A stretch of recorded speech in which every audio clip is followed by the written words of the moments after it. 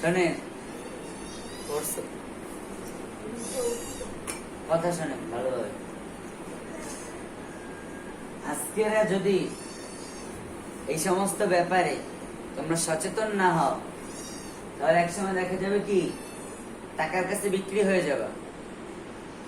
আজকেরা যদি আমাদের এলাকার একজন ভাই, আমাদের খুবই পরিচিত, সেই ভাই যদি এখন তার গায়ে লম্বা দাড়ি আছে নবীর সুন্নাত, সে এই নবীর সুন্নাতের দাড়ি কাটলো, একেবারে ক্লিন শেপ, কি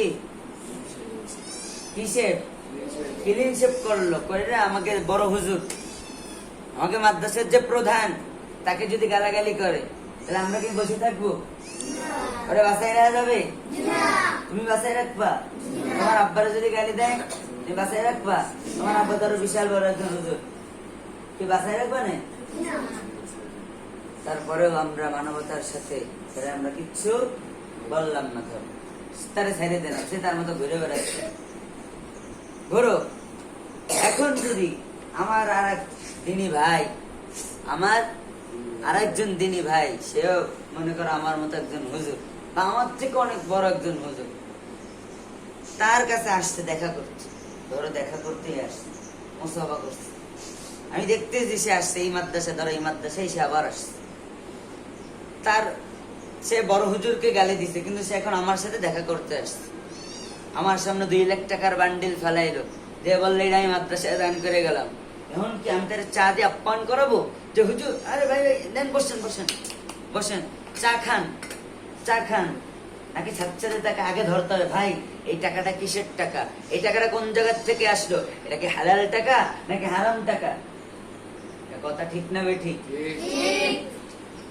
এখন থেকেই তোমরা সাবধান হয়ে যাও। এই কথা বলার একটাই উদ্দেশ্য, এখন থেকে যদি তোমরা সাবধান না হও, পরবর্তীতে বড় হয়ে যাবা, সামনে 2-3 লাখ টাকা যখন ফেলাবে, তখন ওই টাকার কাছে তোমার নিজের ইমানকে বিক্রি করে দিবা। এইটাই সিস্টেম। তুমি টাকার কাছে যখন তুমি নিজের ইমানকে বিক্রি করে দিবা, তোমার কারণে আর অন্যান্য ওলামায়ে কেরাম ক্ষতিগ্রস্ত হবে। তখন তুমি মোস্তাদ হয়ে যাবা, তখন তোমার ছাত্ররা তোমাদের কাছ থেকে কি শিখবে? না পারবে কিছু বলতে, না পারবে সইতে, মাঝখান থেকে কষ্ট পাবে, হুজুর কি বললো, হুজুর কাজটা কি করলো, আসলে হুজুর টাকার কাছে বিক্রি হয়ে গেল। এই গত 2 দিন আগের ঘটনা, আমাদের মুফতি আব্দুল্লাহ ইয়াহিয়া সাহেব, আমাদের মার্কাজুল উলুম উস্তাদ, যেই মাদ্রাসার কথা প্রত্যেক সেকেন্ডে সেকেন্ডে আমি বলি, প্রতিটা ক্ষেত্রে ক্ষেত্রে আমি মার্কাজুল উলুমের কথা বলি, প্রতিটা ক্ষেত্রে ক্ষেত্রে আমি আমার উস্তাদ শেখ জাফর আহমদ সাহেবের কথা বলি, সেই মাদ্রাসার নায়েব মুহতামিম, এই যে আমাদের ডিএমপির নয়ন ভাই, তার এই ব্যাপারটা নিয়ে মানে সোশ্যাল মিডিয়ার মধ্যে একটা তোলপাড় চলতেছে। কারণ সে আমার উস্তাদ, আমি কি এখন তারে বলবো,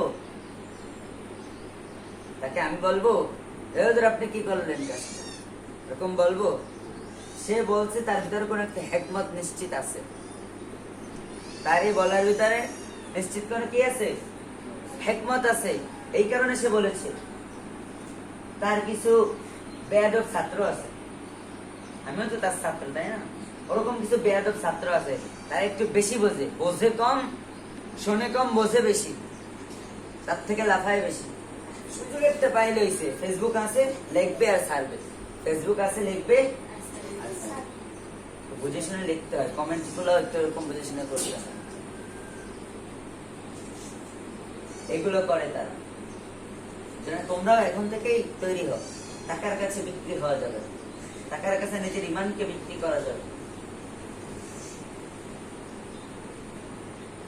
এখন প্রশ্ন থাকতেই পারে, এখন সে আপনার ওস্তাদ, এই কারণে কি সে তার মাপ? কেন মাপ? সে যদি ভুল করেই থাকে, তার বয়সী, তার সাথে মেশে, তার মতো সে একজন শাইখুল হাদিস, একজন মুফতি, তিনি আল্লামা গোলাম রহমান সাহেবের সন্তান, তুমি বোঝো? তোমার মতো নাদান আব্দুল্লাহ ইয়াহিয়া সাহেবের জুতার সমতুল্য। আবার আমাদের একজন ইসলামের ছাত্র আন্দোলনের একজন বড় ভাই মুফতি সাহেব, তিনি একজন মুফতি সাহেব, মানুষের মাথা যখন গরম হয়ে যায়, এই এই যে বিড়ালটা দাও, এদিকে দাও। এই যে বিড়ালটা, এই যে সুন্দর না দেখতে? জি। আমরা কাছে নি না, কোলে নি না, আবার ছেড়ে দিই না, আমাদের রুমের ভিতরে তো থাকে, তাই না? এই যদি বাইরের থেকে একটা বিড়াল আসে, এই তোমার খাবার খায়, তুমি কি করো? সাথে সাথে বাড়ি দাও না? আর এই বিড়ালটারে কি তুমি কাছে টেনে নিচ্ছে, এটাও বিড়াল ওইটাও বিড়াল, তুমি ওইটাকে ঘৃণা করে একটা বাড়ি দিলা, কিন্তু এটাকে তো ঘৃণা করে তুমি বাড়ি দাও না, দিছো? কেন দাও না? এটার উপরে তোমার ভালোবাসা আছে, আন্তরিকতা আছে, মহব্বত আছে। আর বাহিরের বিড়ালটাকে কি তুমি কিছু মনেই করো না, পিচাস মনে করো, ঘৃণা করো, এই কারণে তুমি ওটাকে বাদ দিয়ে দিয়েছো। তোমার ওস্তাদ যেমন মুফতি, আমাদের ইসলামী ছাত্র আন্দোলনের ভাই, সেও কিন্তু একজন মুফতি।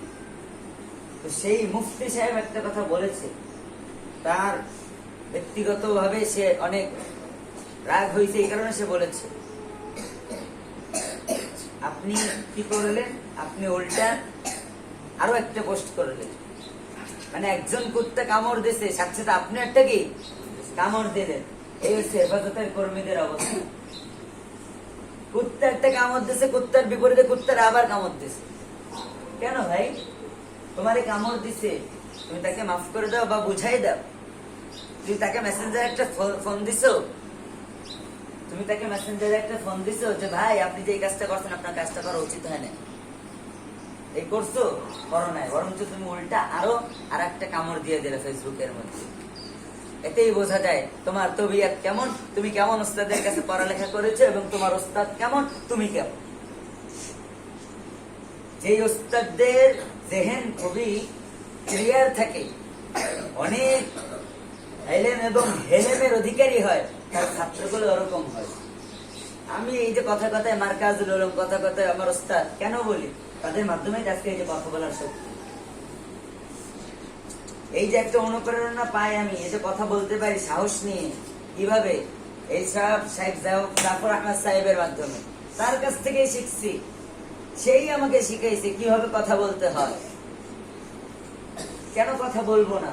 কখন এই যে তোমাদের ঘুমের থেকে উঠাই, সবক পড়াই, সবকের পরে দাঁড়া করে আবার পড়াই, নামাজে পড়াই, সাতসবক শুনি, সাতসবক বিভিন্ন সিস্টেমে শুনি, আমুখতা বিভিন্ন সিস্টেমে শুনি, তেলাওয়াত বিভিন্ন সিস্টেমে করাই, নামাজে পড়াই, বসায় পড়াই, শোয়াই পড়াই, ঘুমাই পড়াই, হাঁটতে হাঁটতে পড়াই, বিভিন্ন সিস্টেমে পড়াই, মস্ক বিভিন্ন সিস্টেমে করাই।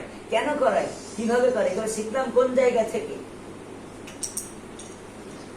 সম্পূর্ণটাই হচ্ছে এই মারকাজুল উলুমের অবদান। এখন সেই শাইখ কেন যদি কেউ কথা, আমার কষ্ট লাগবে না? এখন যদি কেউ মারকাজুল উলুম আমার শাইখকে নিয়ে গালাগালি করে, আমি কি তার রাখবো আস্থা? কোনদিন রাখবো? তুমি আমার যদি এখন কেউ গালি দেয়, তোমরা কি তার রাখবা? রাখবা?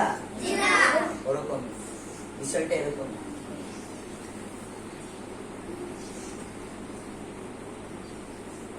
গ্লাসে পানি আছে, খাইলে পিপাসা বোঝো তো তবে। গ্লাসের সামনে ঠিকই পানি আছে, আমি খাইলাম না, আমি শুধু হুঙ্কার দিলাম। এই গ্লাসে যদি পানি খাওয়া হয় তাহলে গলার তৃষ্ণা মিটে যাবে। এই গ্লাসের পানি যদি খাওয়া হয় তাহলে গলা শুকাবে না। এই গ্লাসের পানি যদি খাওয়া হয় বুকে ব্যথা হবে না। খুব নসিহত করলাম, খুব চিল্লাইলাম, কিন্তু আমার সামনে গ্লাসে পানি পড়ে রয়েছে, কিন্তু আমি খাইলাম না। তাহলে কথার সাথে কাজের মিল হইল? তাহলে আমি কি এক নাম্বার তাজা মুনাফিক না? কথা বলে না কেন? মুনাফিক না? মুখে এক, কাজে আর এক। বলতেছি পানি খাইতে হবে, কিন্তু আমি পানি খাচ্ছি না। আজকে আমি বলতেছি নেশা করা হারাম, আজকে আমি বলতেছি ঘুষ খাওয়া হারাম, আজকে আমি বলতেছি হারাম জিনিস ভক্ষণ করা হারাম। হাদিসে পড়তেছে হারাম ভক্ষণকারীর শরীর বেহেশতে একটা মাসুম বাচ্চাও জানে। এই যে পাশে আমাদের ইত্তেদায়ী মাদ্রাসা আছে, নুরানি মাদ্রাসা আছে, এই দুইটা মাদ্রাসার ছোট ছোট বাচ্চারা, 2 বছর 3-4 বছরের বাচ্চারা, এরাও জানে বাল্যমা আননে আমার পক্ষে একটু বানিয়ে হলেও পৌঁছায় দাও। এই হাদিস তারা জানে না? জানে।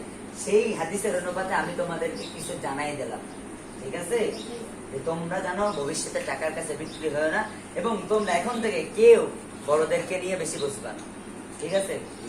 আজকে তুমি বড়দেরকে নিয়ে কথা বলো, এবং সেই বড় ধরো আমাকে কেউ গালি দিচ্ছে, আমাকে ধরো কেউ গালি দিচ্ছে, এই ব্যাপারটা নিয়ে তুমি যদি আবার নতুন করে আবার বলো, এই আপনি কেন গালাগালি দিলেন, আপনাদের তো বেয়াদব, তাহলে সব থেকে বড় বেয়াদব তুমি।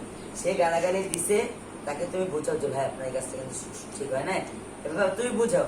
তুমি সবাইকে দেখে না, মানে তার মানে তুমি কি দেখাইতে চাচ্ছ যে দেখেন আমি এই হুজুরকে আমি কি অনেক ভালোবাসি, আর একে আমি ভালোবাসি না, অপমান অপদস্থ করলাম। তোমার হুজুরও মুসলমান, সেও মুসলমান, তোমার মাধ্যমে যদি একজন মুসলমান ভাই কষ্ট পায় তাহলে তোমার কতটুকু ক্ষতি হবে এটা তুমি হাদিসে পড়ো নাই?